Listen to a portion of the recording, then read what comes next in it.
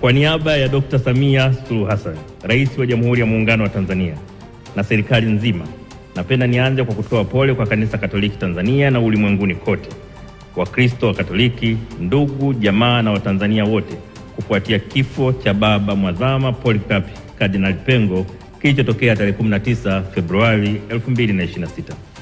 Serikali imepokea kwa huzuni sana kifo hiki, kwani tumepoteza kiongozi mahiri na mwadilifu. Alijitoa kwa moyo wake wote kuwatumikia si Wakatoliki pekee, bali Watanzania wote wenye imani tofauti tofauti kila mahali alipopata kufanya utume wake. Tunamshukuru Mwenyezi Mungu kwa zawadi ya maisha ya Mwadhama Kardinali Pengo hapa duniani. Tunathamini uzalendo na mchango wake mkubwa katika maendeleo ya nchi yetu kiroho na kimwili. Aidha, tunapomwaga leo, naomba kila mmoja ajikumbushe wajibu wake kwa nchi yetu na kuyaishi kwa vitendo mambo yote mazuri tunayojifunza kutokana na maisha yake. Mheshimiwa Mwadhama, Askofu Mkuu wa Jimbo Kuu la Dar es Salaam, tangu msiba huu ulipotokea, watu mbalimbali wameeleza kwa ufasaha sifa nyingi za hayati Mwadhama Kardinali Pengo na alama kubwa na nyingi alizoziacha.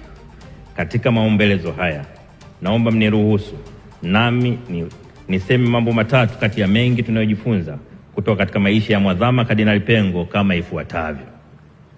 La kwanza, Kardinali Pengo alikuwa mtu mwadilifu sana, ambaye siku zote alisisitiza watu kuishi maisha ya kiadilifu kwa kufuata na kuzishika amri za Mungu pamoja na kuheshimu sheria mbalimbali za nchi, kwa kuwa alikuwa mbobezi katika maadili, ambayo ni teolojia ya maadili, moral theology. Alifundisha na kuishi maadili katika siku zote za maisha yake.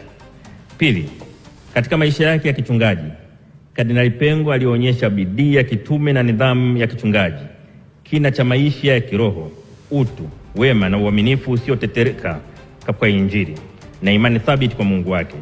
Alihubiri na kufundisha siku zote kuishi kwa kumtegemea Mungu.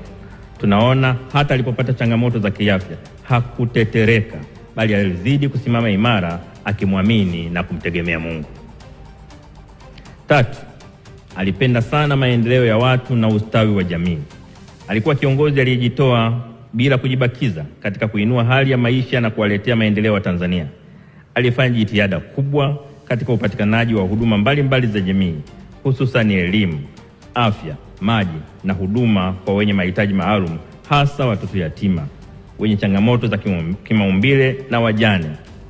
Mahala pote alikofanya kazi zake za kichungaji kama askofu, kama Nachingwea, Tunduru, Masasi na Dar es Salaam, kanisa limefanya kazi kubwa ya kutoa huduma za jamii kwa kujenga shule, zahanati, hospitali na upatikanaji wa huduma